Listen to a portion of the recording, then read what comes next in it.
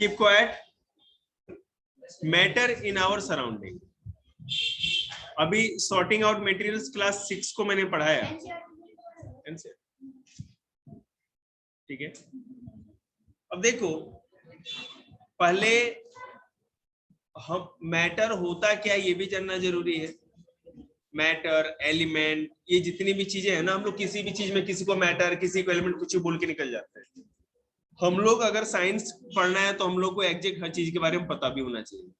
अब एक आदमी जो कम पढ़ा लिखा है वो किसी को कुछ भी बोल के निकल जाए, कोई दिक्कत नहीं, लेकिन हम लोगों को हर चीज को जो परफेक्टली बोलना है वही बोले। देखिए,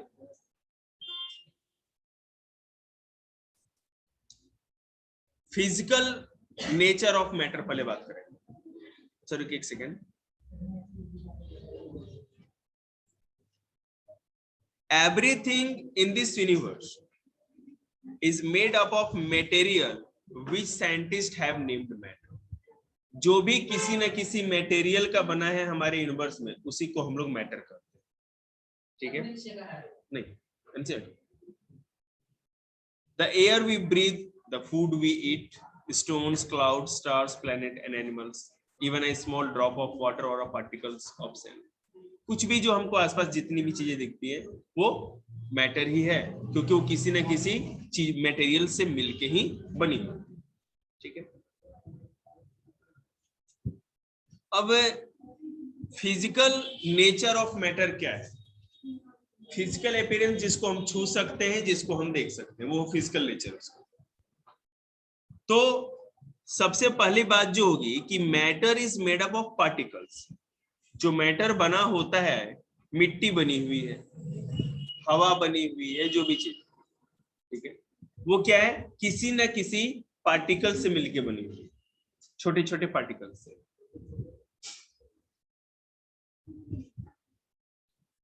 देखो, पहले लोग ये मानते थे,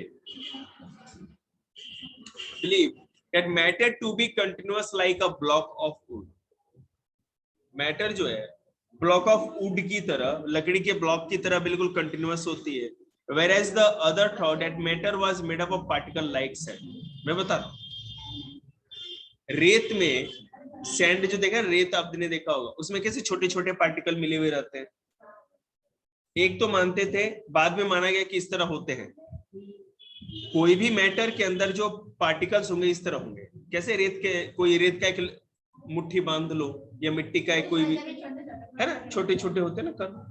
और लेकिन इससे पहले माना जाता था कि ऐसे नहीं होते, लकड़ी के जैसे ब्लॉक से ना, ईंट जो ब्रिक है उसके जैसे होते हैं, ऐसा माना जाता था। जैसे दीवार है, पूरी की पूरी दीवार कैसे एक एक ईंट से मिलकर बनी हुई, इस तरह माना जाता था। लेकिन बाद में माना गया, साइंटिस्ट लोगों ने माना कि ये जो मैटर है जिन पार्टिकल से मिलकर बना है, वो इस तरह के ब्लॉक से नहीं बना, जब बल्कि एक छोटे छोटे पार्टिकल से बना है, जैसा कि सैंड होता है।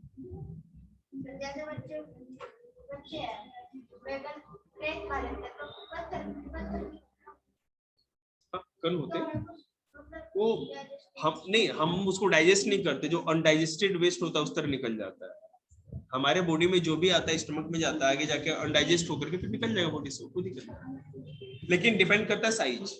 अब कोई इतना बड़ा पत्थर निकल जाएगा तो प्रॉब्लम हो सकती है। हाँ, नहीं, गले से नीचे चला जाएगा। जी जी बिल्कुल। लेकिन पेट में फंसेगा, पेट में पेन होने लगे, मत समझ लीजिए कि हो गया दिक्कत। बहुत बार तो ऑपरेशन के बाद है ना, कैंची छोड़ देते हैं अंदर डॉक्टर लोग। हाँ, पेट में पेन, बहुत बार केस हुआ ऐसा, ग्लव्स छूट गया कभी डॉक्टर का, हाँ जी, कैंची छूट गई, डॉक्टर साहब पेट में दर्द हो रहा है, और वहां जब एक्सरे पे लेके गए तो इतना बड़ा कैंची और छुड़ा हुआ अंदर दिख रहा है। अब डॉक्टर पसीने पसीने, फ्री में तेरा ऑपरेशन करके फिर से निकालेंगे। जेल में जाना है, फ्री में नहीं करेंगे तो देखिएगा। Let us perform।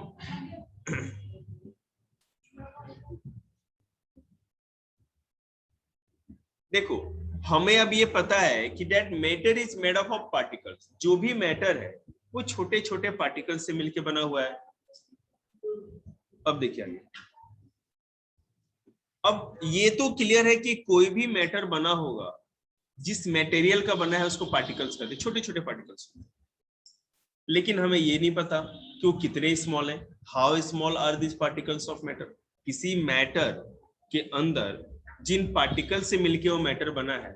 बहन यहाँ भी ध्यान दो ना, पैसे दे रही हो, 800 रुपए लगते हैं, फ्री क्या आते हैं, ठीक है। जिन पार्टिकल से मिलके बना, कितने बड़ा साइज का है, कितना छोटा है, कितना बड़ा है, क्या है।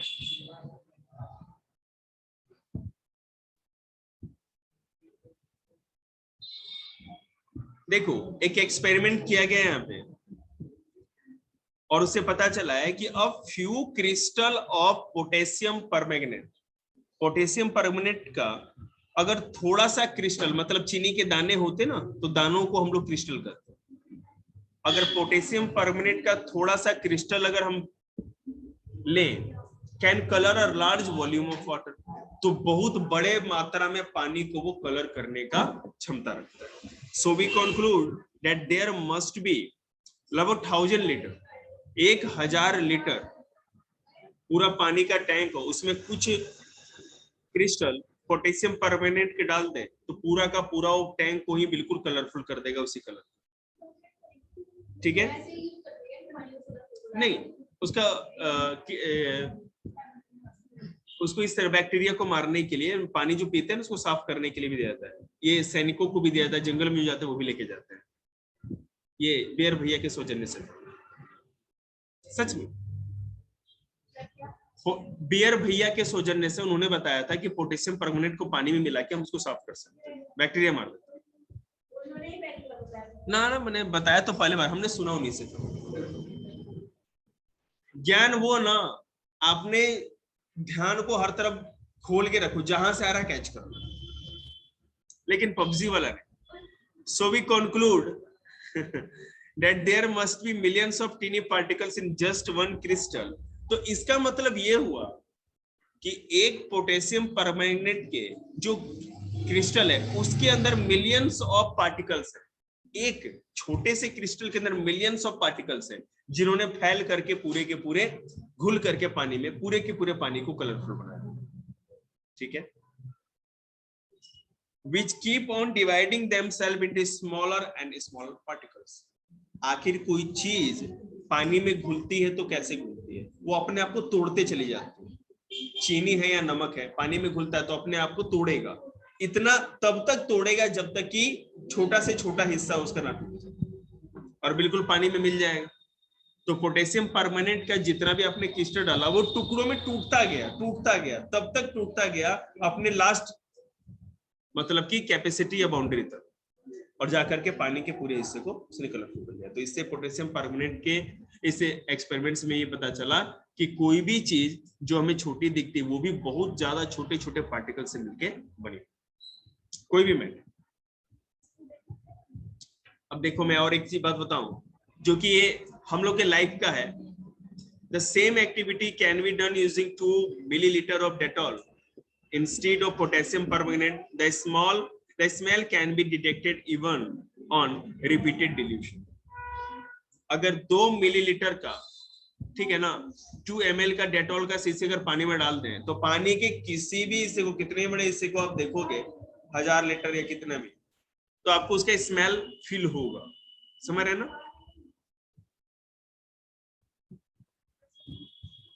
क्योंकि बेटा वो डिल्यूट होता जाएगा, मतलब टूटता जाएगा, जिन पार्टिकल से मिलके बना है। हाँ, हर पानी के हर मॉलिक्यूल के साथ अटैच होता जाएगा, समझ रहे हैं ना, बिल्कुल उसमें डिल्यूट हो जाएगा। अब देखो ये तो समझ में आ गया कि मैटर क्या होता है। मैटर वो है जो किसी न किसी मटेरियल से बनता है।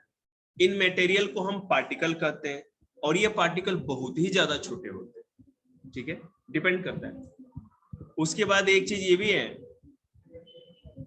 कि एक छोटी सी छोटी क्वांटिटी या बहुत कम मात्रा भी बहुत बड़े अमाउंट ऑफ वाटर को इन्फ्लुएंस कर सकती है, मतलब उसे मिल सकती है, टूट सकती है। अब हम देखते हैं characteristics of particles of matter. ये जो मैटर होता है इनके पार्टिकल की क्या खासियत होती है। अलग अलग मैटर अलग अलग पार्टिकल से बनेंगे, तो जिन अलग अलग पार्टिकल से बनेंगे उनकी क्या खासियत होगी। Particles of matter have space between them. पहली बात तो ये, जो भी पार्टिकल, जो मैटर, मान लीजिए कि आपने ईंट देखी या कोई भी चीज आपने लिया, वो जो मैटर है जिन पार्टिकल से मिलके बना होगा उन पार्टिकल्स के बीच में गैप होगा, स्पेस होगा। ठीक है, अब ये देखिए कैसे।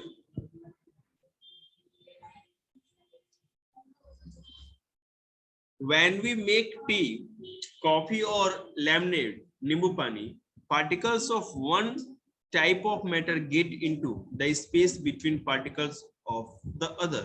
This so that there is enough space between particles of matter. इसका मतलब समझे आप? देखिए मैं आपको बताऊं, आपने जैसे चाय बनाने के लिए पानी लिया, उसमें दूध भी डाला, चाय पत्ती भी डाली, चीनी भी डाली, सब कुछ डाला, ठीक है, और जो काम है तो अपना जितना मर मसाला है सब कुछ डाल दिया कूट काट से। अब आप खुद सोचिए उस वाटर या मिल्क में ये चीजें समाई कैसे। आपने नींबू पानी बनाया और गिलास उठाया तो ना तो वो नींबू, चीनी, नमक डालने के बाद आपको ये दिख ही नहीं रहा होगा, आपको ये दिख ही नहीं रहा होगा ना कि उसके अमाउंट ऑफ मिक्सर में कोई भी अंतर है, उतना ही है। तो वो नींबू पानी कहाँ गया, वो चीनी कहाँ गया? हाँ, पानी के अंदर जो पार्टिकल थे, जिन पार्टिकल से मिलके बना था, उसके बीच में जगह थी। ये बस आप किसी भी चीज को मिक्स करते हो और अगर वो उसमें मिक्स हो जाती है, सेपरेटेड नहीं रहती, बिल्कुल घुल जाती है, इसका मतलब पता है क्या है कि उस वाटर के अंदर जो स्पेस था, दो मॉलिक्यूल के बीच में जो स्पेस था, वहां जाकर के बैठ गया, उस जगह, खाली जगह में जाकर के रह गया। मैं आपको बता रहा हूं, बाहर सड़क पे 200 बच्चे हो, ठीक है, आपको बच्चे दिखेंगे ना, हम सीधे इस कमरे में लेकर के आ जाएंगे, फिर बाहर बच्चे दिखेंगे? क्यों? क्योंकि स्पेस था, स्पेस के अंदर आ गया, तो वही बात है, सिंपल सी बात है। ऐसे आपको स्पेस दिखेगा नहीं, लेकिन हाँ याद रखिएगा, आप अगर एक गिलास पानी लो और उसमें 2 किलो चीनी डाल दो, मतलब पता है क्या होगा? जितने चीनी को घुलना, पूरा स्टीरिंग करो, जितना घूम सकता है घुमा लो, घुलना है घुल जाएगा। और अब जब उसका इंटरसेलुलर स्पेस, मतलब कि पानी, आपको पता है जो वाटर भी है एटम से, मॉलिक्यूल से मिलके बना होता है, तो उनके बीच में भी स्पेस होता है। अब ये सारा का सारा स्पेस जब भर जाएगा तो अब चाहे तुम कुछ भी कर लो, चीनी नहीं घुलेगी। वो चीनी ऐसे कैसी है तो पिंदी में बैठी रहेगी, और वैसे भी एक गिलास में 2 kg डालोगे तो ऐसे ऊपर आ जाएगा, पानी भी नहीं दिखेगा बिल्कुल। मैंने, मैं एक बात समझा रहा हूं आपको, मैंने कि समझ रहे ना। हाँ, मतलब मान लीजिए कि एक पाव चीनी है ना, पहिया तो चली जाएगा, पहिया आप लोग अच्छे समझते होंगे, तो एक पहिया चीनी है, अगर मान लीजिए गिलास में डाल देंगे तो थोड़ा बहुत घुल जाएगा, थोड़ा बहुत रह जाएगा, है कि नहीं? कोई बात। Okay, particles of matter are continuously moving. किसी भी मैटर के अंदर, ये जितने भी मैं पॉइंट्स बोल रहा हूं ना, ये कॉन्सेप्ट है आपके लाइफ का, आपके साइंस का, और ये आप हर दिन घर में देखते हैं, और ये क्वेश्चन रहेगा। जो भी मैटर, जिन भी पार्टिकल्स से वो बनता है, उसके अंदर जो पार्टिकल्स होते हैं ना, वो मूव करते रहते हैं, मतलब बैठे नहीं रहते, वो मूव होते रहते हैं। कैसे होते हैं और उनके होने से, मूव होने से क्या होता है वो देखिए। Particles of matter are continuously moving, that is, they possess what we call the kinetic energy. आखिर कोई चीज मूव हो रही है, ये क्यों नहीं मूव हो रही? हमने मूव किया भाई, कुछ ना कुछ इसको एनर्जी दिया तभी तो मूव हुआ, ठीक है, फोर्स लगा रहे, मतलब इसको हमने एनर्जी दे दिया, फोर्स। और फोर्स क्या होता है? किसी चीज को एनर्जेटिक कर देना, एनर्जी दे देना उसको, ये मैंने मस्कुलर एनर्जी दे दी इसको।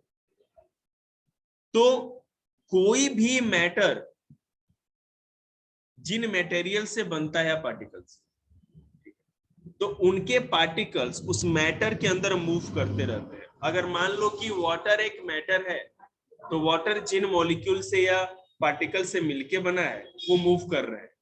मूव इसलिए करते हैं क्योंकि उनके अंदर काइनेटिक एनर्जी होती है। अब ये काइनेटिक एनर्जी किस चिड़िया का नाम है वो देखिए। As the temperature rises, particles move faster. So we can say that with increase the temperature, the kinetic energy of in particles also increases. Kinetic energy जो कि उसके अंदर पहले से होती है, कहीं बाहर से नहीं आती, पहले से ही उसके अंदर वो एनर्जी एग्जिस्ट करती है, अस्तित्व रहता है उस एनर्जी का। पार्टिकल्स के बीच में एक मैटर के अंदर जो पार्टिकल या मॉलिक्यूल होते हैं उनके बीच में एनर्जी रहती है। अगर उनके बीच में मूवमेंट हो रही, अगर आप उसको फ्रीजर में डाल दोगे उनकी मूवमेंट बिल्कुल रुक जाएगी। थोड़ा ठंडा करोगे स्लो हो जाएगी, गर्म करोगे तेज हो जाएगी। जितना कम आप टेम्परेचर करोगे वो काइनेटिक एनर्जी उतनी कम होती जाएगी, और जितना ज्यादा टेम्परेचर करेंगे वो काइनेटिक एनर्जी उतनी ही बढ़ जाएगी। ठीक है, किसी मैटर के अंदर जिन पार्टिकल से वो मैटर बना होता है उनके बीच में काइनेटिक एनर्जी होती है। अगर आप उसके टेम्परेचर को उस मैटर के कम टेम्परेचर में का कर दोगे, कम टेम्परेचर दोगे तो उसकी काइनेटिक एनर्जी स्लो हो जाएगी, और अगर ज्यादा दोगे तो तेज हो जाएगी। Simple concept. अब एक बात और, particles of matter attract each other. एक मैटर के अंदर जो भी पार्टिकल्स होते हैं वो एक दूसरे को अट्रैक्ट करते हैं, मतलब अपनी तरफ खींचते हैं। ये कैसे होता है? बोलिए जी। हाँ, उसमें अलग अलग वो एटम्स होते हैं ना जिसके चलते इलेक्ट्रिसिटी फ्लो करेगी। इलेक्ट्रिसिटी चैप्टर जैसे ही 10वीं क्लास में आप पढ़ेंगे, ठीक है, तो माशाल्लाह चैप्टर है। इनको थोड़ी इंटरेस्ट है, अगले टर्म में आ रहा है ना। यहाँ साइंस लोग पास करने के लिए पढ़ते हैं ना, साइंस जीने के लिए थोड़ी पढ़ते हैं। अरे साइंस में क्या चीज इंटरेस्टिंग नहीं है? बिल्कुल हाँ, लेकिन एक बात याद रखिएगा, आपको है ना समझ में आ गया तो इंटरेस्टिंग, और अगर आपको समझ में नहीं आया तो समझ लीजिए कि क्या कहते हैं, वो कौन मल्होत्रा फेंका था भैया, क्या था वो भाला फेंक कौन था? नीरज चोपड़ा का भाला समझिए, फिर वो गले में फंस गया। मतलब just chill.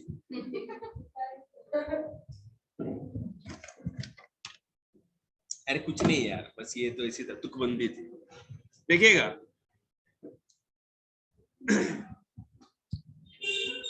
Particles of matter have force acting between them.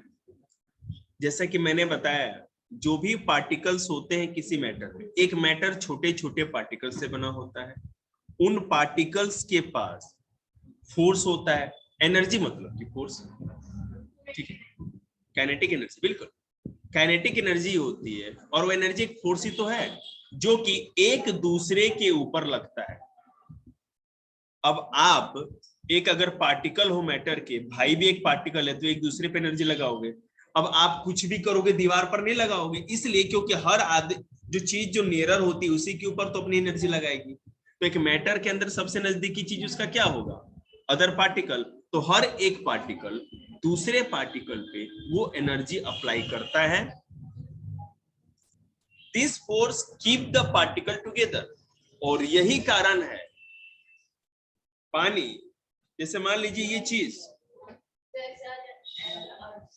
नहीं, वो तो ग्रेविटी में हो गया। देखिए यहां देखिएगा, ये चीज अगर ये मान लीजिए कि कवर है, गंदा हो गया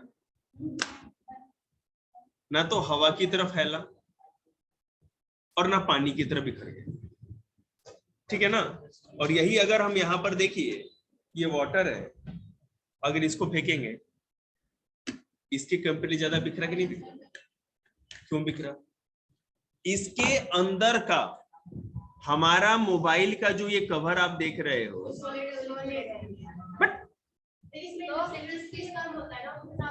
बट हमारा मोबाइल का यार, हम जो कंटेस्ट उस कंटेस्ट में हमारा जो पॉइंट है, इससे छोड़ के हम कोई साइंस ही नहीं फंसाएंगे ना, ये कुछ सोचे ना। हमारा मोबाइल का जो कवर है, इसके जो पार्टिकल्स है, ये सॉलिड है, आपको पता है। सॉलिड का मतलब है कि ज्यादा अट्रैक्शन फोर्स लगा रखे हैं। पार्टिकल कर भैया तेरे तो जाने ना दूंगा, ठीक है, आज एकदम सारा पूरा का पूरा पारण करके फल फूल खा के ही जाइएगा घर छोड़ के। और पानी के अंदर क्या है, इसके अंदर जो पार्टिकल्स हैं वो थोड़ा सा उसका अट्रैक्शन फोर्स कम होता है, और गैस में और भी कम होता है। तो कोई भी चीज कितना ज्यादा कंक्रीट होगी या कितना सॉलिड होगी, कितना लूज होगी, ये डिपेंड दो चीज पे करता है। मानसू की बात सही है कि उनके बीच में इंटरसेलुलर स्पेस कितना कम है, कितना ज्यादा है। लेकिन वो इंटरसेलुलर स्पेस हवा में या एयर में ज्यादा क्यों हुआ? क्योंकि उनके बीच का अट्रैक्शन फोर्स कम है, लूज छोड़ रखा है, स्पेस है, ठीक है, लूजली पैक्ड है। वाटर में थोड़ा सा टाइट है, और सॉलिड में कहता है भैया हम तो जाने नहीं देंगे, पकड़ के रखेंगे, ठीक है। तो मेरा कॉन्सेप्ट ये कहता है कि किसी भी मैटर के अंदर जो पार्टिकल्स होते हैं वो एक दूसरे पे अट्रैक्शन फोर्स लगाते हैं, इसीलिए मैटर बिखरा हुआ नहीं रहता, मैटर एक दूसरे से जुड़ा हुआ रहता है, उसका एक शेप होता है, ठीक है। कोई बात कहा जा रहा है, जैसा कि आप लोगों ने कहा हमारे पास तो सब लोग वैज्ञानिक टाइप। 9th क्लास की कहा ऐसी किस्मत, कैंसिल कर देंगे, रुक जाओ। देखो बहुत हाथ गोड़ जोड़ करके काफी उपी खिला के 8वीं क्लास को मनाए 7वीं क्लास को, फिर वो भी देख जाएंगे। तो मैं 6ठे 7वें को मिला दूंगा और 8वीं 9वीं को मिलाऊंगा। 10वीं क्लास तो आप लोग से करेंगे नहीं बेटा, उनका लेवल नहीं है ना अभी बात करने का, वो नहीं कर पाएंगे। लेवल मतलब पता है क्यों नहीं? टेंशन ज्यादा है ना सब।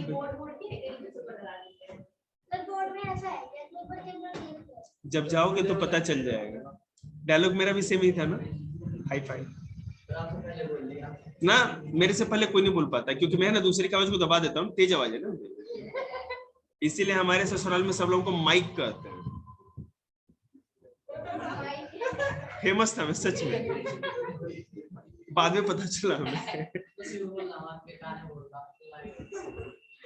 ये तो मेरा काम है ना, मैं तो बोल के ही खाता हूँ यार, मैंने गूंगा मास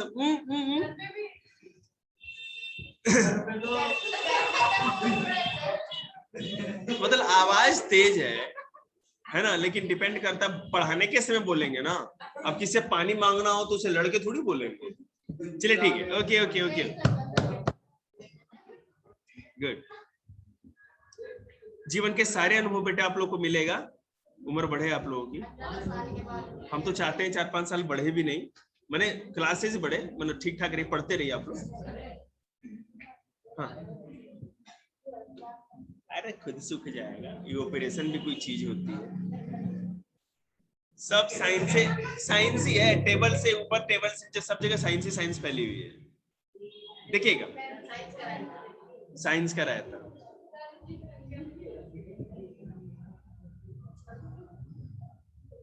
मेरे को भैया किसी ने साइंस तो पढ़ाई नहीं जिंदगी में आज तक, लेकिन मैं ना आप लोगों को पढ़ा के अपनी वो क्या कहते हैं वो जो खुंदस से न खत्म कर लेता हूँ। और हाँ लेकिन हाँ मतलब कि आप लोगों को प्रेशराइज नहीं करता साइंस में, कभी भी मैं नहीं करता, खुश करके पढ़ता। नहीं हमने तो बोला भी नहीं, क्या बोल रहे थे? ज्ञान लकड़ी पे करंट का सर्किल होता है, रबड़ पे हाँ, क्योंकि उसके अंदर जो है ना वो आयंस नहीं होते, मतलब कि जो हाँ आयंस जो पार्टिकल्स होते हैं ना वो मतलब हर चीज में नहीं हो सकते, मेटेलिक सब्सटेंस में ही होते हैं वो, ठीक है, इसलिए ऐसा होता है, उसके अंदर नहीं आ सकता। रबड़ में भी नहीं होता।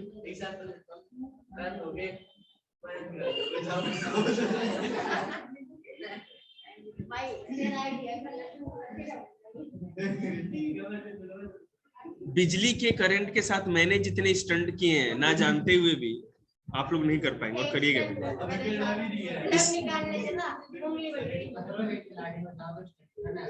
अरे ना जानते हुए states of matter, thank you. देखिएगा, we can see that matter around us exists in 3 different solid, liquid and gas. कोई भी मैटर 3 ही स्टेट में होता है, सॉलिड, लिक्विड एंड गैस। वैसे अभी 4 स्टेट, एक प्लाज्मा, जो स्टार्स होते हैं ना, जो तारे होते हैं, उनके अंदर का जो मटेरियल होता है उसको प्लाज्मा कहा गया है। तो पदार्थ की 4 अवस्थाएं हम लोग, या the states of matter we can classified in 4 types. तो प्लाज्मा आप लोग को पढ़ना नहीं है, 10+2 जी। प्लाज्मा मतलब उसका जो मटेरियल होता है ना, वो बहुत ज्यादा इमेंस हीट वाला होता है, और उसका जो मटेरियल होता है ना, तो सॉलिड है ना, तो लिक्विड ना गैस, मैंने थोड़ा सबका मिक्सचर टाइप का चीज है, समझ रहे हैं ना, इसलिए उसको प्लाज्मा नाम दिया। वैसे 5वीं भी खोजी जा चुकी है, मेरे को याद नहीं है इसलिए नहीं बता पा रहा हूँ। हाँ, लेकिन आप लोग को पता है सरकारी किताब पढ़नी है तो भारत सरकार चाहती है कि यहाँ के बच्चे केवल 3 ही मैटर करें।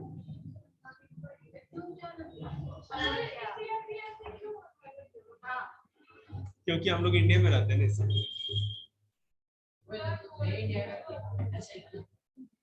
देखिए बिल्कुल बताएंगे,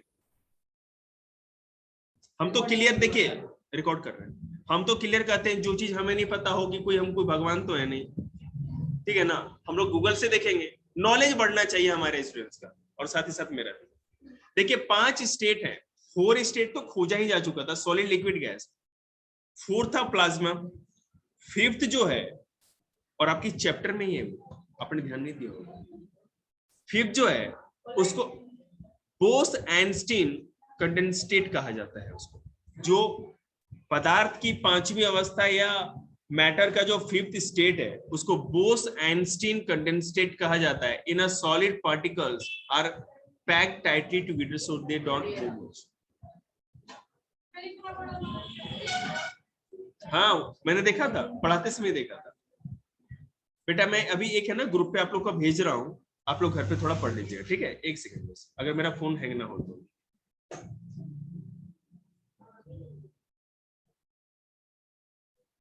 हाँ बेटा लोग कर लीजिए।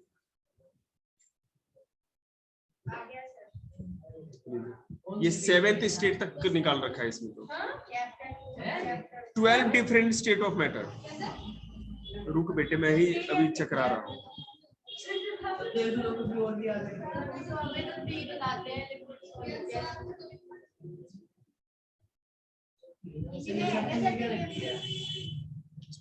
Give me 1 minute.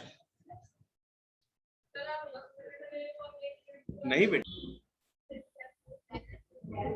हाँ तो बोस-आइंस्टीन कांस्टेंट ये मैं दिखा दूंगा आगे आप लोग को, ये बॉक्स में सबसे लास्ट है, चैप्टर में है आप लोग के पेज, क्योंकि मैं पढ़ के बताता हूँ इसी चैप्टर में, पहले वाले में।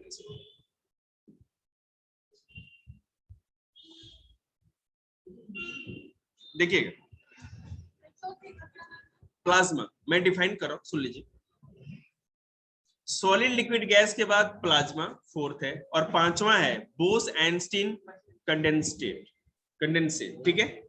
अब प्लाज्मा देखते हैं, ये प्लाज्मा होता क्या है। The state consist of super energetic and super excited particle, मतलब इतना ज्यादा एनर्जी और इतना ज्यादा एक्साइटेड पार्टिकल की आप सोच नहीं सकते, और आपको पता है तारों को छोड़ के किसी में हो सकते हैं इतने ज्यादा energy. These particles are in the form of ionized gases, ऐसी गैसें जो आयोनाइज्ड, जिनके ऊपर आयंस होते हैं। The fluorescent tube and neon sign bulbs consist of plasma। जो फ्लोरेसेंट ट्यूब मतलब कि CFL, जो ट्यूब होती है मरकरी वाली वो, और साथ ही साथ जो साइन बल्ब्स होते हैं, नियॉन साइन बल्ब्स, इसके अंदर प्लाज्मा भरा होता है। Inside a neon sign bulb there is neon gas, and inside a fluorescent tube there is helium gas or some other gases। CFL के अंदर हीलियम, और नियॉन साइन के अंदर क्या कौन सा गैस कहा था मैंने? नाइट्रोजन, नियॉन भरा होता है। The gas gets ionized, that is gets charged when electric energy flow through। जैसे ही इसके अंदर आप इलेक्ट्रिक करंट फ्लो कराते हो, तो ये जो इसके अंदर जो गैस भरी होती है उसके अंदर जो छोटे छोटे पार्टिकल्स होते हैं वो चार्ज्ड हो जाते हैं। ये गैस ही आयोनाइज्ड हो जाता है, मतलब चार्ज्ड हो जाता है, ठीक है? This charging up creates a plasma glowing inside the tube और बल्ब। अब जैसे ही आप इस फ्लोरेसेंट ट्यूब या नियॉन बल्ब के अंदर ये इलेक्ट्रिसिटी फ्लो कराते हो, तो उसके गैस के अंदर का जो पार्टिकल है ना बहुत ज्यादा आयोनाइज्ड हो जाता है, मतलब चार्ज्ड हो जाता है, और जिसके चलते वो प्लाज्मा की तरह ग्लो करता है, मतलब प्लाज्मा ही भरा होता है, वो पार्टिकल ही प्लाज्मा है। गैस के अंदर आयोनाइज्ड पार्टिकल ही प्लाज्मा है, जिसके अंदर बहुत अधिक एनर्जी होती है। जैसे ही उसको आप इलेक्ट्रिसिटी दोगे वो बहुत ही ज्यादा चार्ज्ड हो जाता है। आप समझ रहे हैं ना, ये चीज इसके अंदर भी इलेक्ट्रोस्टैटिक फोर्स है, लेकिन जब तक ये रब नहीं होगा, इसके अंदर जो चार्ज नहीं करेंगे, तब तक ये काम नहीं दिखाएगा। क्लियर है ना? ठहरा हुआ जो पानी है, वाटर, उसके अंदर पता नहीं कितनी इलेक्ट्रिसिटी है, लेकिन वो कब, जब उसको आप चार्ज करोगे उसके पार्टिकल को, तब आपको बिजली मिलेगी। समझ रहे? The plasma glows with a special color depending on the nature of gas. अब जो भी गैस उसके अंदर आपने भरी है, आपने फ्लोरोसेंट ट्यूब के अंदर या जिसके अंदर भी जो भी गैस भरी है, उस गैस के कलर पे ही ये चमकेगी। The sun and the star glows because of the presence of plasma in them. सूरज और तारे इसीलिए चमकते हैं क्योंकि उनके प्रकाश में भी प्लाज्मा पार्टिकल ही होता है। The plasma is created in stars because of very high temperature. और ये प्लाज्मा बहुत ही ज्यादा हाई टेम्परेचर के बाद क्रिएट हो सकता है, और वहां पर तो हमेशा हाई टेम्परेचर होता है। हम लोग भी यहाँ पे प्लाज्मा ज्यादा टेम्परेचर के कारण क्रिएट कर सकते हैं। भरा हुआ क्या है?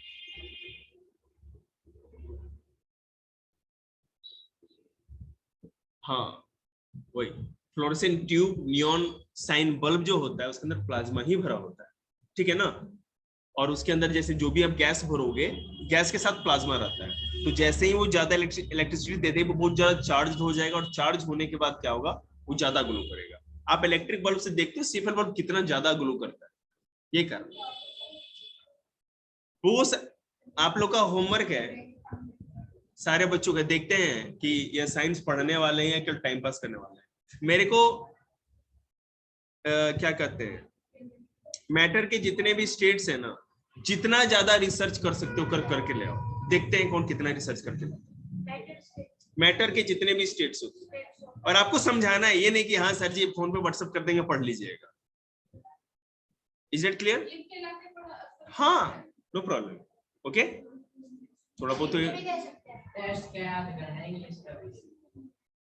अरे तो 10 मिनट में तुमको, हाँ तो ठीक है। हमने मैंने क्या क्या है, मैंने इट्स नॉट अ कंपलसरी, लेकिन पाइप तो चलेंगे,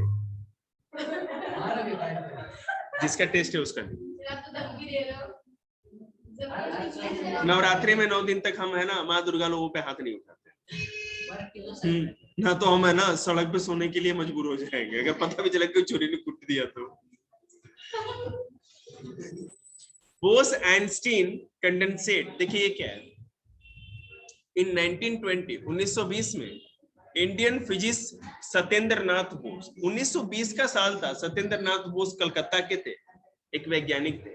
वो had done some calculation for a fifth state of matter. इन्होंने कुछ कैलकुलेशन किया पदार्थ की 5वीं अवस्था के लिए, मैटर के 5th स्टेट के।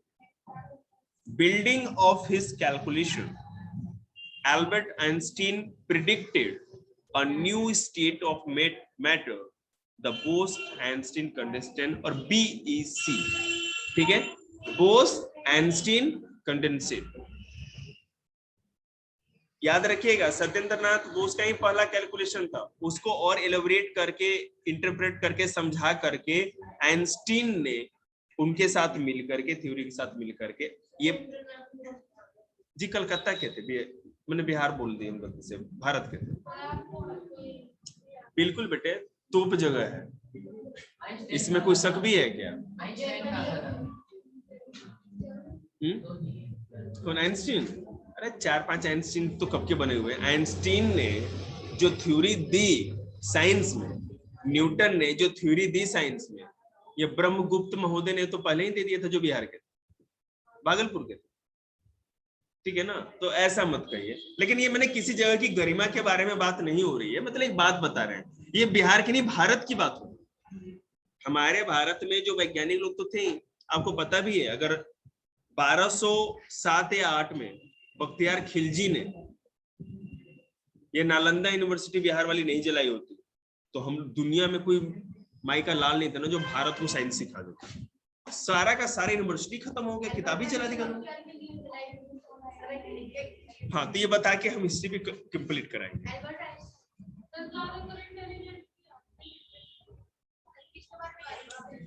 थे, अब हर जगह है कि जी। एल्बर्ट आइंस्टीन क्या करो, क्या आइंस्टीन का? हाँ, चैप्टर है ना, में आई आगे है। तो इन्होंने इन 2001 इन्होंने ये थ्योरी दे दी, सब कुछ बता दिया। 2001 में क्या हुआ, एरिक ए कॉर्नेल, 2001 की बात है, Eric A Cornell, Wolfgang Ketterle and Charles E. Wellman of USA received the Nobel Prize in Physics for achieving Bose-Einstein condensation. Bose चचा ने आइंस्टीन कका ने दे दिया था थ्योरी, लेकिन अब उसको एक्सप्लेन भी नहीं किया ना। आइंस्टीन मर गए पहले, उनकी बहुत सारी थ्योरी अभी अब एक्सप्लेन हो रही है, आपको पता होना चाहिए। थ्योरी दी थी लेकिन प्रूव नहीं कर पा रहे थे। हाँ, 2001 में ही हुई, नोबेल प्राइज ले गया ये तीनों, ये ले गया, वो तो मर गया। आइंस्टीन तो मर गया था, 2001 में थोड़ी आइंस्टीन था। माना गया कि थ्योरी आइंस्टीन जी ने दी थी, ठीक है ना, लेकिन समझाया तो बेटा नोबेल ले गया ये गधा कहीं का प्राइज। तो बेटा वहां कॉपीराइट लगाए होते तब तो आइंस्टीन जी नहीं। उस जमाने में ऐसा था कि जो थ्योरी दी गई उसको समझाना एक्सप्लेन करने के बाद तो होगा ना। थ्योरी पे कोई कॉपीराइट थोड़ी होता है।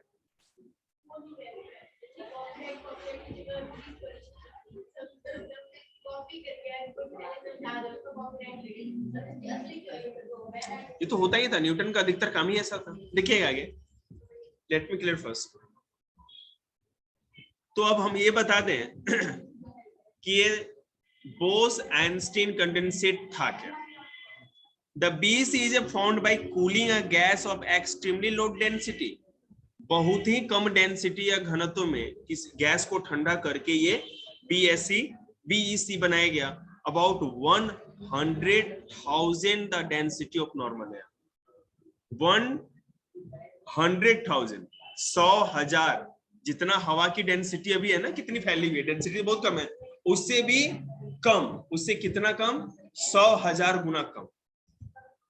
टू सुपर लो टेम्परेचर, और बहुत ही कम टेम्परेचर में you can log on to www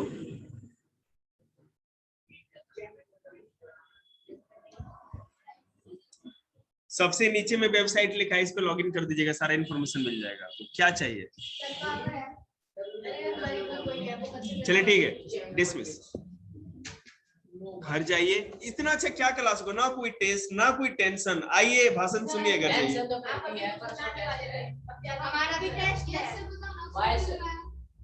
और बख्तियार खिलजी 4 बाहर भी खड़े हैं, 7-3 हो गया।